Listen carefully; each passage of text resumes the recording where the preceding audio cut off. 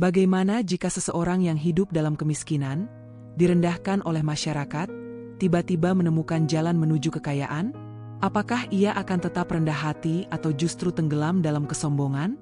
Ini adalah kisah tentang seorang pemuda yang jatuh miskin, menemukan harapan dalam sebutir telur, dan akhirnya dihancurkan oleh kesombongannya sendiri.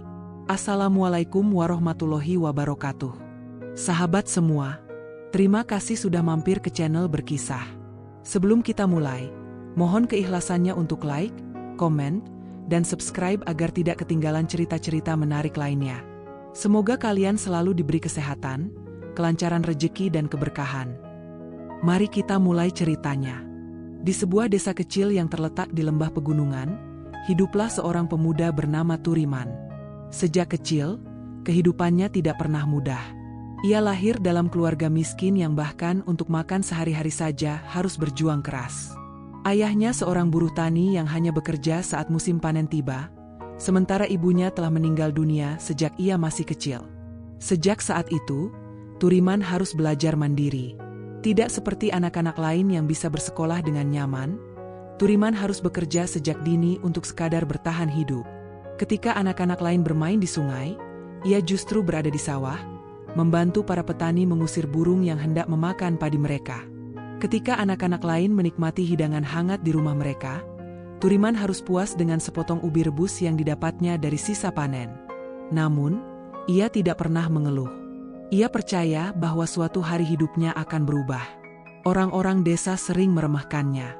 Setiap kali ia berjalan di pasar, orang-orang akan berbisik di belakangnya, menganggapnya sebagai seorang pemuda tanpa masa depan. Lihat, itu si Turiman. Kasihan sekali hidupnya. Yang lain tertawa dan berkata, ia hanya akan menjadi gelandangan seumur hidup. Namun, Turiman tidak pernah marah atau membalas hinaan mereka. Ia hanya diam dan tetap menjalani hidupnya dengan sabar. Ia percaya bahwa Tuhan pasti memiliki rencana untuknya. Namun, semakin hari hidupnya semakin sulit. Pekerjaan serabutan yang ia lakukan tidak lagi cukup untuk sekadar membeli nasi. Kadang-kadang ia harus tidur dengan perut kosong. Di malam-malam yang sunyi, ia sering bertanya-tanya, apakah aku memang ditakdirkan untuk selalu miskin? Suatu sore, ketika Turiman sedang duduk termenung di bawah pohon beringin di pinggir desa, matanya menerawang jauh ke arah cakrawala yang mulai memerah. Angin sepau-sepau berembus lembut, menggoyangkan dedaunan yang rimbun di atas kepalanya. Hatinya dipenuhi kegelisahan dan kesedihan yang sudah lama ia pendam. Saat itu, langkah kaki terdengar mendekat, disertai suara ranting kecil yang patah terinjak. Turiman menoleh dan melihat seorang kakek tua yang tampak lusuh. Namun matanya menyeratkan kebijaksanaan yang mendalam. Jubahnya usang, tetapi ada sesuatu dalam dirinya yang terasa menenangkan. Kakek itu berhenti beberapa langkah di depan Turiman, lalu menatapnya dengan tatapan penuh arti. "Nak, mengapa kau terlihat begitu sedih?" Suaranya terdengar lembut, namun penuh ketenangan yang sulit dijelaskan. Seolah-olah ia telah melihat berbagai penderitaan dunia, dan memahami setiap luka yang disimpan manusia dalam diam.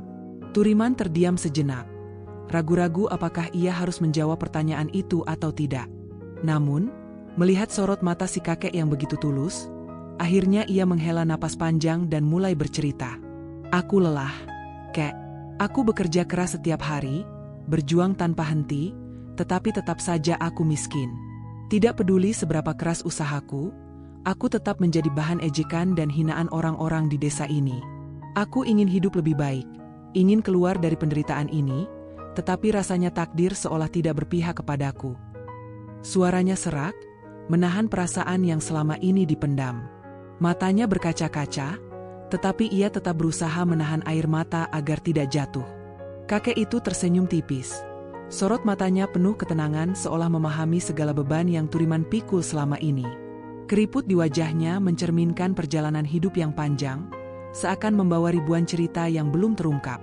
Ia tidak langsung menjawab, hanya merogoh sesuatu dari kantong kain lusuhnya yang terlihat hampir robek. Gerakannya lambat, penuh kehati-hatian, seperti sedang mengeluarkan sesuatu yang sangat berharga. Saat tangannya terbuka, Turiman melihat 10 butir telur yang tampak biasa saja di telapak tangan kakek itu.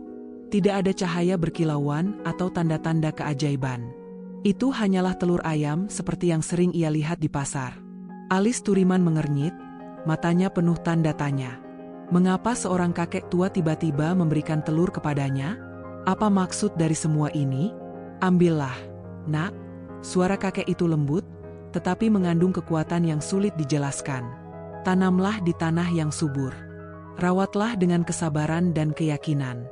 Jika kau mampu menjaganya dengan baik, kau akan mendapat sesuatu yang jauh lebih berharga daripada yang kau bayangkan. Turiman terdiam, memandangi telur-telur itu dengan kebingungan. Menanam telur? Bukankah itu mustahil, Kek? Tanyanya ragu. Namun, kakek itu hanya tersenyum penuh misteri, tidak menjelaskan lebih lanjut. Dunia ini penuh dengan keajaiban bagi mereka yang sabar dan percaya, katanya singkat sebelum perlahan berbalik meninggalkan Turiman yang masih terpaku dalam kebingungan.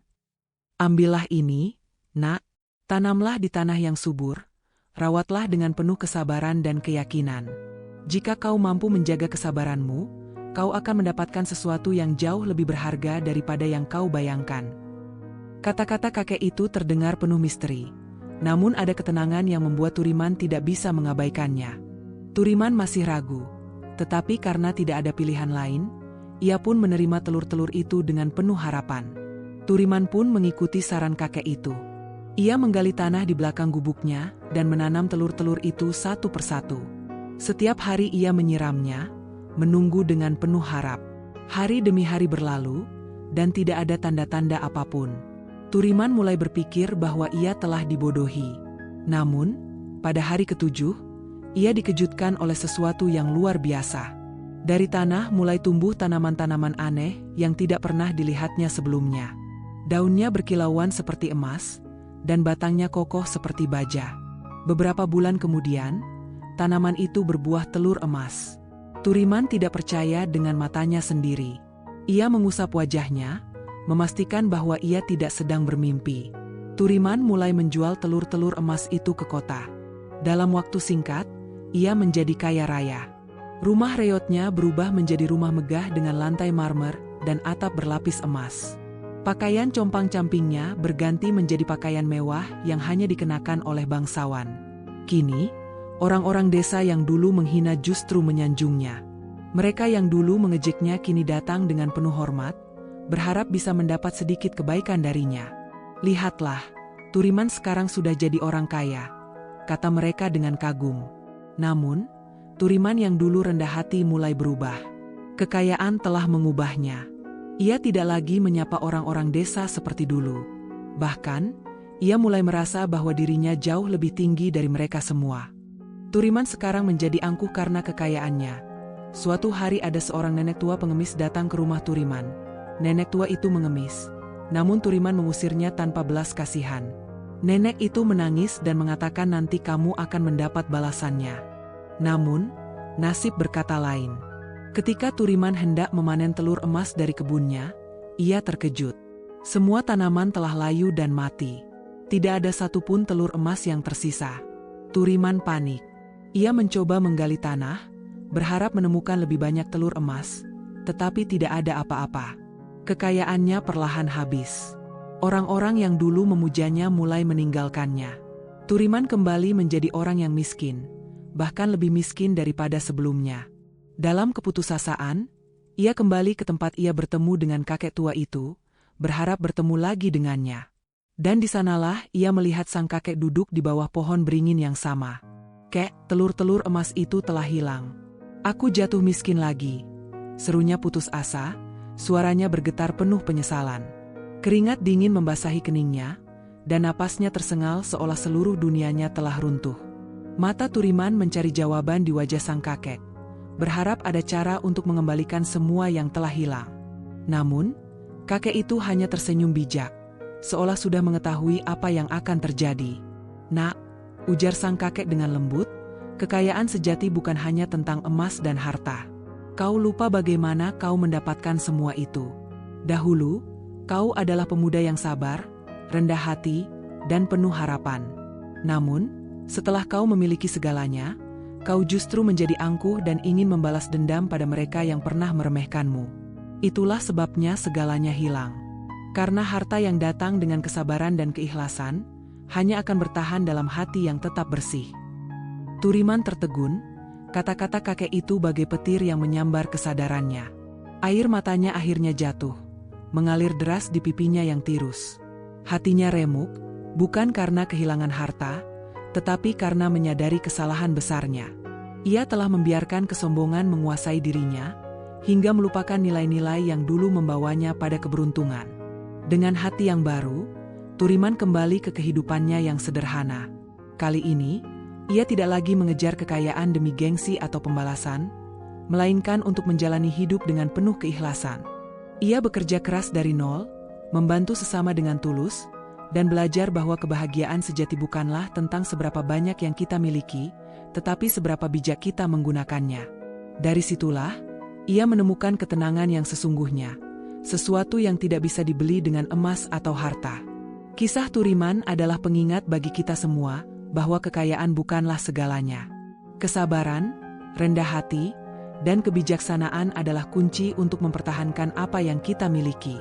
Jika kita tidak menjaga hati, maka apapun yang kita peroleh bisa hilang dalam sekejap. Semoga cerita ini menjadi inspirasi bagi kita untuk selalu rendah hati dalam setiap keberhasilan yang kita raih. Terima kasih telah menonton kisah ini sampai selesai. Nantikan kembali kisah-kisah menarik lainnya.